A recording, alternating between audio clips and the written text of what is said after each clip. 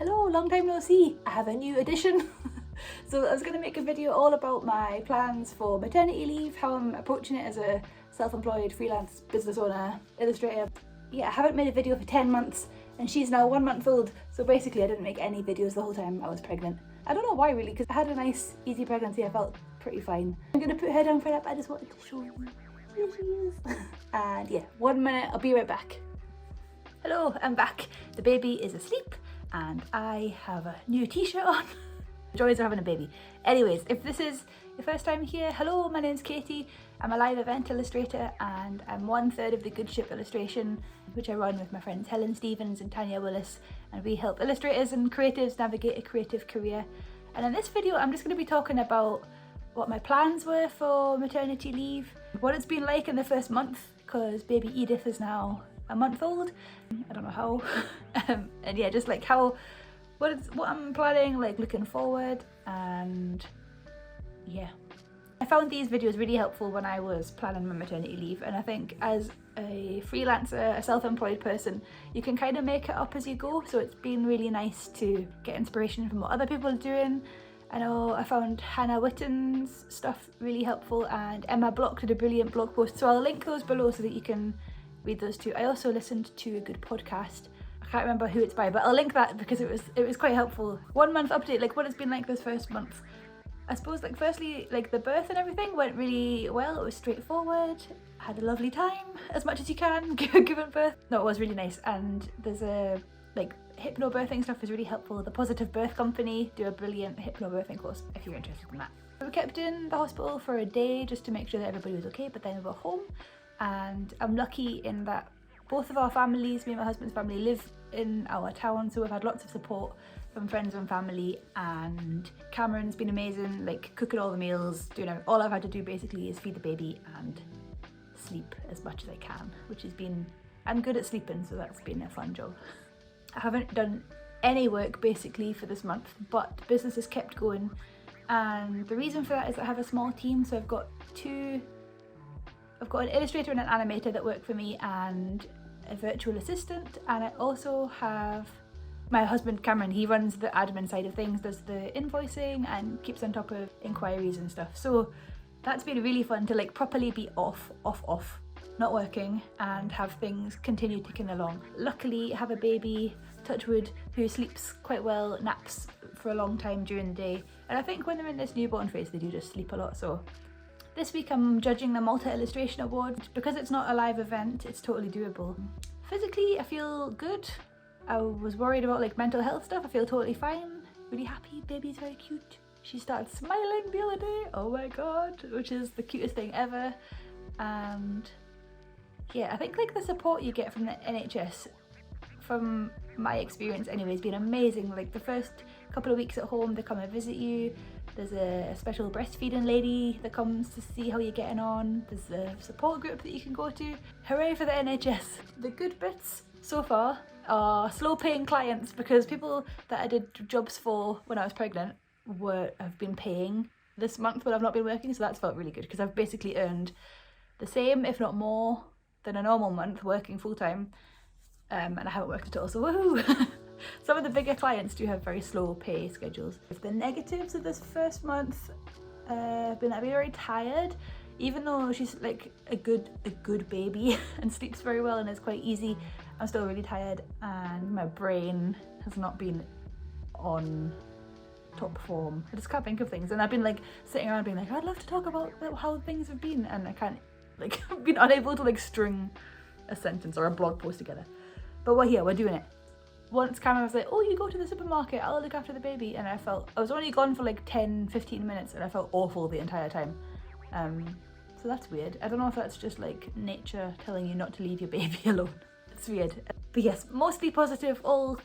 It's in the like fuzzy, nice newborn stage still, so I'm enjoying that. The next bit I wanted to talk about was the planning, how I planned for maternity leave. Now, I was thinking about this before I was even pregnant. I was like wanting to get things lined up. I wanted to be able to take time off and not worry about money.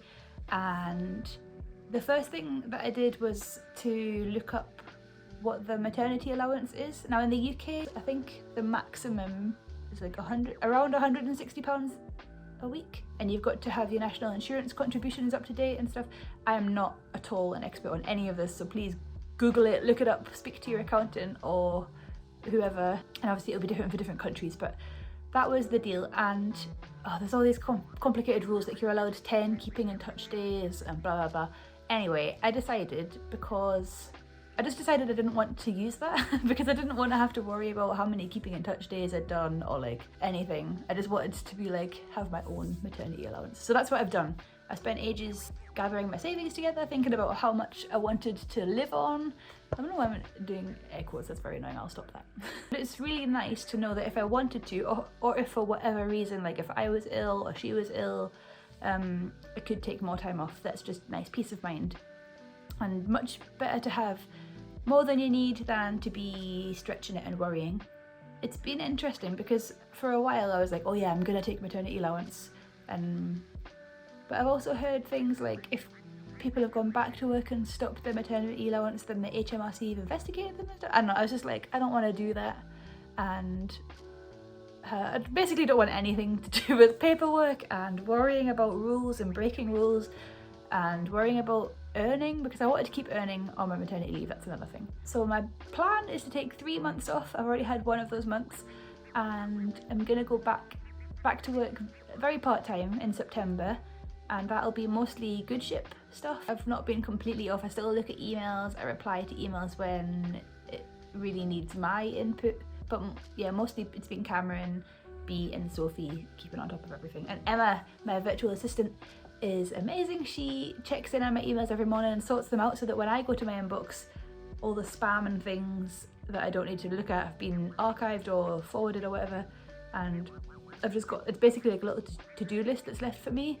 So I highly recommend, if you can get some help. And it also just means that your inbox doesn't get crazy out of hand disorganized. Because for me that's something I really struggle with, because emails are so boring. It's really nice to know that they're kind of taken care of. The fun thing for me was kind of nesting, but business nesting. And I was really like, I did house nesting as well. That was weird because I'm not a housework person, but I was like scrubbing the bathroom floor and like washing everything that could go in the washing machine. It was crazy. Waking up at 5 in the morning and thinking about what to clean. Hormones are wild. But the business nesting that I did was I did as much automation as I could. So I had Dubsado set up, which I was really excited about, and it's a shame because Dubsado, it's a client relationship manager. So basically it just means that it automatically generates invoices, automatically reminds people to do stuff and books them into your calendar and stuff. I was really excited about that, and it hasn't worked out to be as useful as I'd hoped. I might make a whole separate video about that because I've got a lot to say. But that was part of my nesting, was getting that set up so that technically things could be running without me, but in the end it hasn't. Yeah, another story for another time. The other thing was to have my savings all lined up, and part of what really helped with that was Profit First. That's a book by Michael Michalowicz, I think that's how you pronounce it. I really recommend that if you're a business owner, self-employed, and it just helps you to kind of like label all your money so you know which money is actually yours and which is for the tax man and which is for business operating expenses and which is pure profit. Because something that really panicked me as I was earning more money was being like, how much of this is for the tax man? Like, I can't spend any of it because none of it's mine, it's all for tax, you know, like catastrophizing. And this way with Profit First, I've got a Monzo business account, so I've got all the pots labelled so that I know what's what. And yeah, it's amazing to just know that the money that is mine really is mine, and I'm not going to have to like dig into it to pay the tax man. And I've got a tax savings account. So that feeling organised about that really helped me to relax and put my maternity money aside. Oh yeah, I sold my car. That wasn't really necessarily a maternity leave thing. It was more that it had a tiny Fiat 500 and it's not very baby seats friendly. But interestingly, the amount that I got for my car was pretty much what the maternity allowance would have been from the government. So I was like, that's cool. Like, it's a sort of accidental maternity allowance. I think that's pretty much it. That's my brain. I think like the things that I'm kind of worried about with September going back to work is childcare and how it's gonna feel leaving baby Edith with someone. Even if it's family stuff, I'm like, oh, my baby. But obviously I also know that you can't really do a live event with a baby, because if she's hungry, she screams, and but for whatever reason she's not napping, I can't force her naps into whenever an event is here. We'll cross that bridge when we come to it. I'm also wondering like if my brain will come back online, because we're making a business course with the Good Ship, and I'd like my brain to be on top form for that. Yeah, one good thing, I could not drink coffee at all the whole time I was pregnant, but since I've had Edith, I am back on the coffee machine is plugged in again, and yeah, oh my goodness, there's this day, the first day when I properly had good coffee, it was just glorious. It was like angels were singing from the clouds and the caffeine was hitting my blood. Oh yes. If you'd like to learn more about the Good Ship and our courses and things, I'll pop a link below. If you want to come and say hello on Instagram, I'm at Katie Draws. Yes, did I cover everything on my notes? I did. Oh, I didn't talk about content batching. I don't really, I was so excited about this, but like I made a big spreadsheet of all the blog posts I was gonna do, and I just didn't get around to writing them. Didn't happen. I was so busy in the last few months of being pregnant, and I did more work than I've ever done in my life. I think I was just like, when am I ever going to get the chance to work this much again? Also, I wanted to like gather as many pennies as I could before taking time off. So yeah, the blog content didn't happen, but because I've got that spreadsheet, I can now write, technically I could write blogs while I'm on maternity leave and stuff, so I might just do that. I was also thinking I've started talking again, I was supposed to be finished, but in the second trimester I said yes to too much work, and I also got COVID when I was 33 weeks pregnant, so that meant I had to cancel a lot of jobs and take some time off and slow down a little bit, but that was really good, I think, to be honest. That was just a little add-on at the end. Okay, I am done now. So I'll see you on Instagram or wherever you want to hang out.